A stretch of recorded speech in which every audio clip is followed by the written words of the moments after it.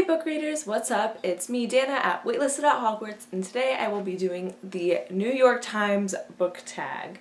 I actually saw this on Jesse's channel, on Jesse the Reader, and he kind of tagged everyone who wanted to do it, so I am doing it today. So I am just going to jump right in because there's like 10 questions, I think, in this book tag. So to start, what book is currently on my nightstand? Actually, I have two books on my nightstand right now. The first is A Darker Shade of Magic by Victoria Schwab. She goes by V.E. Schwab on this title.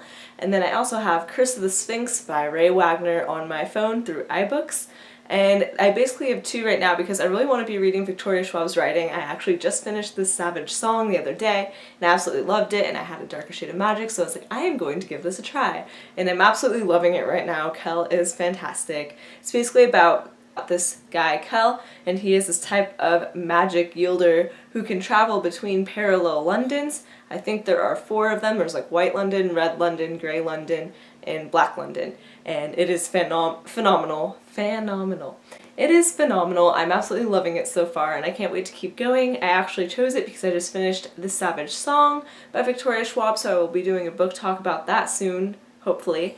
And I believe that comes out like this month on the 16th, so look out for it. I think that's when it comes out, hopefully. The second book I have on my nightstand right now is Curse of the Sphinx by Ray Wagner, and I basically chose that because the lights in my room on my fan have been just like shutting off at random times, usually late at night when I'm trying to read. So I downloaded an ebook on my phone to like read when the lights go out, so that way I can still read in bed if I want to. And I actually like signed up for Ray Wagner's newsletter and got it sent to me for free. So if you want to check out her book, it's supposed to be fantastic. I've like started it, I think I got on like the 3rd page so far.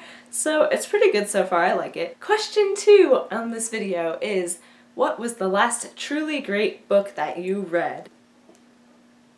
Me Before You by Jojo Moyes. This book was like one of the first books in a long time to make me cry, and like I'm not a book crier, but I had like a tear or two going down, which I think is pretty good for me because I don't cry in that many books. And like I kind of like just like finished it and I was just sitting there and I was like, I need to go take a shower. And then so like once I'd finished the book, that's when I really like took in everything and cried in the shower. So you know, if you want a book that's making you cry, then you should read this. It's really good, and the movie's out right now and I haven't gotten the chance to see it, but I want to, and I just thought it's like truly great because it brings up a lot of topics that people are afraid to talk about. So this was definitely the last truly great, like truly great book that I read that I was just like, wow, 5 out of 5 stars hands down. The third question is, if you could meet any writer, who would you meet and what would you want to know? I feel like I'm probably going with the most obvious answer, which is I would meet J.K. Rowling. She's actually like my hero. Like every school project I had to do in high school, I would like bring up J.K. Rowling if I could. So like we had a hero project and I brought her up. We did like a math presentation and we like made our problem like about Harry Potter, so I just like always have the opportunities to bring her up, and I would totally want to meet her. And if I got to meet her, I would want to know if she was to write another children's book series, what would it be about? Would it still be about wizards? Would it be about something else? I don't know, but I really want her to write more and I want to know what it would be about. Not just like a spin-off series, but like just something completely new. Like what would she do? I don't know. Okay. The fourth question is, what book would you be surprised to find on my bookshelf? Lovesick by Corey Martin. I actually got this sent to me by like a newer like publishing house, I think, and it was an ARC when I got it, but now it's out. It came out in February, and it's basically a memoir about this person. It's like about how she got through the sickness that she had, and it's a true story from the author. It's like all about the author, and this isn't typically what I read. I usually read fantasy, and even if I read something more realistic, it's usually fictional, and since this is nonfiction, I would say this would be surprising that you would find it on my shelf. I do want to read it, I just am not necessarily drawn to it right away, so it might be a while before I actually pick this one up. Question 5. How do I organize my bookshelf? Okay, so these books behind me are all books that I have read. Hello. And then on the other side of the room would be my TBR shelf. So all of those are just books, like they're kind of organized by height and they're just books I haven't read yet. And then all of these are kind of organized by series and like which ones I think look pretty. The top is usually like the books that I really love. and it kind of goes down. Not to say that the ones on the bottom of my shelf are books that I don't like. They're just books that I don't necessarily want to display. Like, I want to wake up and I want to see the books on the top shelf first. Don't be offended if your book is not on the top. There's like 4 different shelves, so, and not everything's set in stone. Like, some stuff I just stuck places because I honestly didn't have room for it anywhere else. Question 6. I don't have enough fingers on one hand to do 6. What book have I been meaning to read but I just haven't gotten to yet? The Welcome to Night Vale novel by Joseph Fink and Jeffrey Cranor. I listen to this podcast a lot, and they also have another podcast, Alice Isn't Dead, that I listen to a lot, and they wrote this novel that kind of goes along with their first Welcome to Night Vale podcast. If you watched my holiday book haul from way back when, you probably don't want to watch that, but I actually hauled this, and so I got it for the holiday season, and I really want to read it, and I'm really excited to, and it's been on the top of my TBR list, but then, I don't know, I just haven't read it yet. Question 7. What book were you disappointed with or felt like that you should have liked more? For me, I never think that I should like something, but there was definitely a lot of hype in this book when I was going to read it, and that would be The Raven Cycle by Maggie Stiefvater.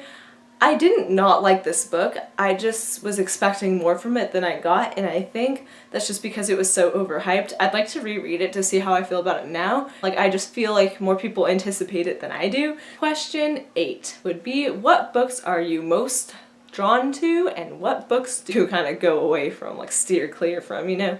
I'm definitely drawn to fantasy books. Most of this shelf is fantasy. If not fantasy, it's sci-fi, so those would definitely be my top 2. I definitely go to YA fantasy first as far as the age group. Books that I steer clear from are adult romance novels. I don't think I've read one. I'm not necessarily opposed to them. I'm not opposed to romance. I just like some more adventure on the side. I wouldn't find that in an adult romance book, and that's not necessarily my cup of tea, so I just kind of steer clear from the adult romance. Question 9. That is an 8. Question 9. 9. Question 9 is, what book should the president be required to read?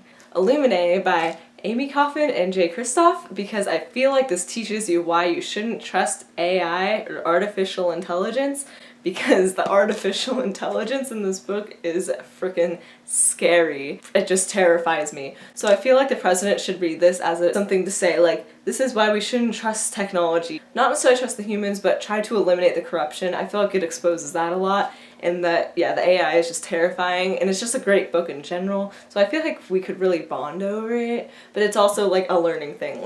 Don't trust the AI because it will kill you and your family and your friends and your entire country and planet. Question 10 would be, what book do I plan to read next? The Wise Man's Fear, oh, there's a receipt. The Wise Man's Fear by Patrick Rothfuss. I actually want to read this next because my boyfriend started reading it and he really wants me to read it to talk about it, and I feel like I'm just really missing quoth in my life right now. I just really want that 1,000 pages of quoth, and I'm really ready for it. Thank you for watching my tag video today. I am going to tag Lily at Lily Reads, and hopefully she'll do this tag for me, and if you want to be tagged because you saw me do this and you're like, yeah, I want to be tagged, you've been tagged. Thank you for watching. I hope you enjoyed this video. If you would like to see when I post new videos, click the subscribe button around the screen. If you have any comments or you would like to see more of these tag videos in the future, please comment down below. If you really liked what you saw, you could give it a thumbs up because that would be pretty cool. I will catch you guys soon with another video soon. Bye!